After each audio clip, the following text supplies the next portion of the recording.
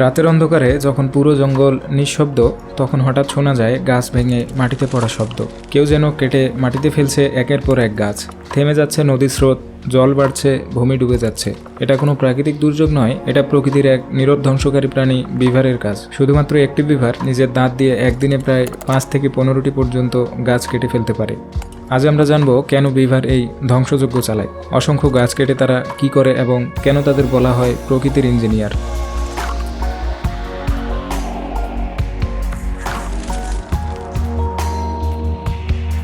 বিভারের দেহ বড়, মোটা এবং জলজ প্রাণীর মতো স্ট্রিমলাইন, যা তাদের দ্রুত পানির মধ্যে সাঁতার কাটতে সাহায্য করে। মাথা বড়, চিবানোর জন্য শক্ত দাঁত এবং শক্তিশালী গলার পেশি তাদের যে কোনো গাছ কেটে ফেলতে সক্ষম করে। সামনের পা হাতে সদৃশ, যা জিনিস ধরতে, খাওয়া এবং ড্যাম তৈরি করতে ব্যবহার হয়। আর পেছনের পায়ে জলে সাঁতার কাটার জন্য বিশেষ জাল থাকে। তাদের চেহারার সবচেয়ে বিশেষ অংশ হলো চ্যাপ্টা ও খসখসে টেইল, যা সাঁতার কাটতে রাডারের মতো কাজ করে, ভারসাম্য দেয় এবং শীতকালে চর্বি জমায়। গা মোটা লোমে ঢাকা, যা ঠান্ডা জল থেকে রক্ষা করে এবং ভয়ঙ্কর শিকারী থেকে নিরাপত্তা দেয়। তাদের চোখ, কান, নাক এমনভাবে বসানো যে পানির মধ্যে থেকেও তারা চারপাশ দেখতে এবং শ্বাস নিতে পারে।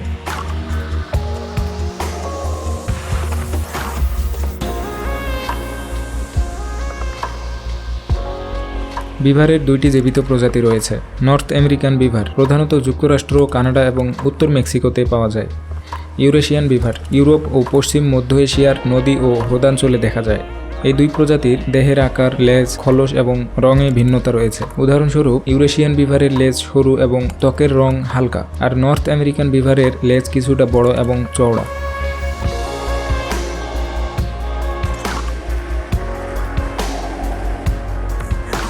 বিভার সাধারণত কোনো গর্তে থাকে না। তারা নিজেরাই তৈরি করে শক্তিশালী দুর্গের মতো বাসা, যাকে বলা হয় লজ। এই লজ সাধারণত ডালপালা, গাছের কাণ্ড, কাদা ও পাথর দিয়ে তৈরি করা হয়। বাইরে থেকে এটি এলোমেলো কাঠের স্তূপ মনে হলেও ভেতরে থাকে শুষ্ক ও নিরাপদ উষ্ণ কক্ষ।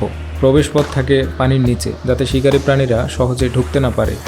লজ বানানোর আগে অনেক সময় তারা নদীর উপর ড্যাম তৈরি করে, যা পানি আটকে একটি ছোট পুকুর তৈরি করে। এই পুকুর তাদের বাসাকে চারিদিক থেকে রক্ষা করে। পানি যত গভীর হয় তাদের নিরাপত্তা তত বেশি। শীতকালে বরফ জমলেও পানির নিচের প্রবেশপথ খোলা থাকে, ফলে তারা নিরাপদে চলাচল করতে পারে। এইভাবে একটি ছোট্ট প্রাণী নিজের দাঁত ও পরিশ্রম দিয়ে গড়ে তোলে পানির মধ্যে এক অদ্ভুত সুরক্ষিত রাজ্য।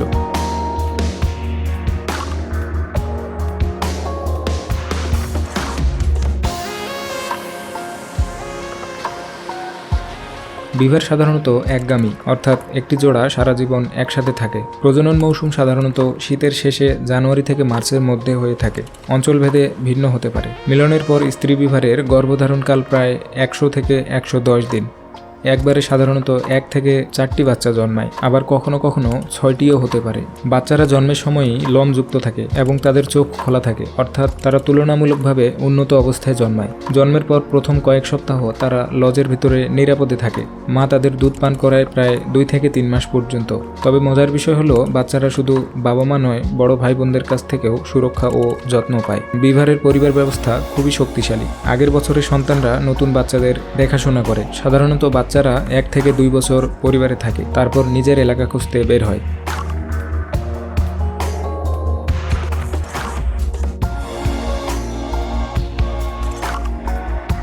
বিভার সম্পূর্ণ তৃণভোজী প্রাণী। তাদের প্রধান খাবার হলো গাছের ছাল, বিশেষ করে উইলো, অ্যাসপেন, বার্চ ইত্যাদি।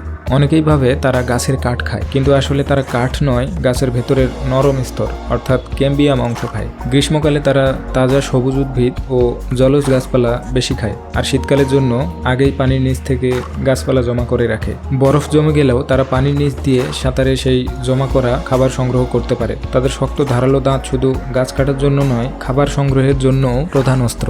বিভার গাছ কাটে মূলত নিজের বেঁচে থাকা ও পরিবারকে সুরক্ষিত রাখার জন্য। তারা শক্তিশালী সামনের দাঁত ব্যবহার করে বড় বড় গাছও কেটে ফেলে দিতে পারে। কাটা গাছের কাণ্ড, ডালপালা দিয়ে তারা নদী ও খালের উপর ড্যাম তৈরি করে। এই ড্যাম পানির প্রবাহ কমিয়ে একটি গভীর পুকুর তৈরি করে, যেখানে তারা নিরাপদে বসবাস করতে পারে।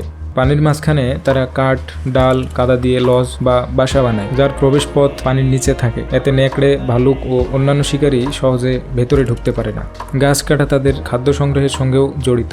শীতকালে খাবারের অভাব হলে তারা আগে থেকে কাটা ডালপালা পানির নিচে জমা করে রাখে, যাতে বরফের সময়ও সহজে খাবার পায়। এছাড়া তাদের দাঁত সারা জীবন বাড়তে থাকে, তাই নিয়মিত গাছ কাটার মাধ্যমে তারা নিজের দাঁত স্বাভাবিক দৈর্ঘ্যে রাখে। এছাড়া গবেষণায় দেখা গেছে বিভারের তৈরি জলাভূমি কার্বন সংরক্ষণেও ভূমিকা রাখে। জমে থাকা পানি ও উদ্ভিদের মাধ্যমে কার্বন মাটিতে আটকে থাকে, যা জলবায়ু পরিবর্তন মোকাবিলায় সহায়ক। অর্থাৎ বিভারের গাছ কাটা কোনো এলোমেলো কাজ নয়, এটি তাদের বুদ্ধিমত্তা, পরিকল্পনা ও টিকে থাকার কৌশলের গুরুত্বপূর্ণ অংশ।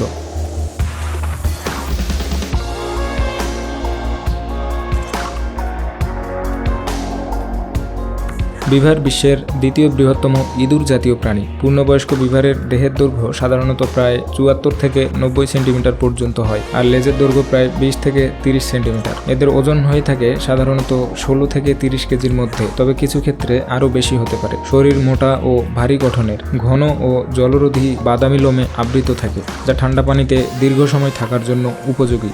বিভারের সবচেয়ে উল্লেখযোগ্য বৈশিষ্ট্য হলো তাদের শক্তিশালী কমলা রঙের সামনের দাঁত। এই দাঁত সবসময় বাড়তে থাকে এবং গাছ কাটার জন্য অত্যন্ত ধারালো ও মজবুত। তাদের চ্যাপ্টা ও চওড়া লেজ পানিতে সাঁতার কাটার সময় ভারসাম্য রাখতে সাহায্য করে এবং বিপদের সংকেত দিতেও ব্যবহৃত হয়। পানিতে জোরে আঘাত করে তারা অন্য বিভারদের সতর্ক করে। এছাড়া সামনের পা দিয়ে তারা বিভিন্ন জিনিস ধরা ও কাঠ কাটার কাজ করে, আর পেছনের পায়ে জালযুক্ত আঙুল থাকায় তারা খুব দক্ষ সাঁতারু।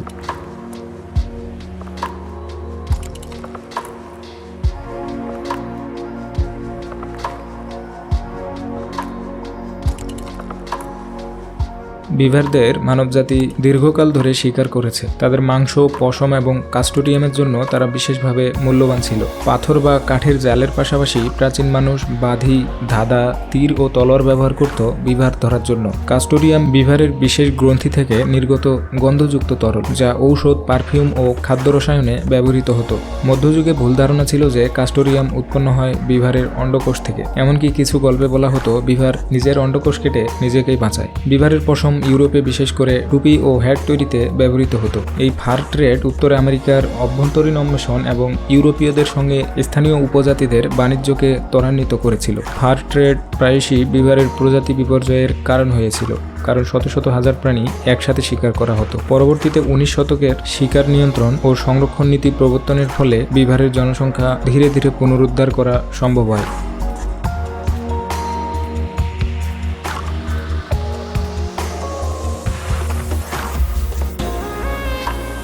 বিভার হলো প্রকৃতির এক কর্মশীল ও কৌশলী প্রাণী, যার কাজ কেবল তাদের জীবন ধারণ নয়, বরং পুরো পরিবেশকে পরিবর্তন করে। তারা গাছ কেটে বাঁধ ও লজ তৈরি করে, জলাভূমি সৃষ্টি করে, যা মাছ, পাখি, ব্যাঙ সহ বহু জীবের জন্য আশ্রয়স্থল। এদের সামাজিক জীবন সুসংগঠিত, পরিবারকে কেন্দ্র করে তারা জীবন কাটায়, একে অপরের প্রতি যত্নশীল থাকে। ঐতিহাসিকভাবে মানুষ তাদের শিকার করত ফার, মাংস ও কাস্টোডিয়ামের জন্য, তবে আজকের দিনে সংরক্ষণ ও পুনর্প্রবর্তনের মাধ্যমে তাদের সংখ্যা বৃদ্ধি পেয়েছে। সংক্ষেপে বলা যায়, বিভার হলো একটি প্রাকৃতিক ইঞ্জিনিয়ার, পরিবারমুখী, সমাজবদ্ধ এবং পরিবেশের জন্য অপরিহার্য প্রাণী। এরা শুধু বন নয়, পুরো জলের পরিবেশ রক্ষক।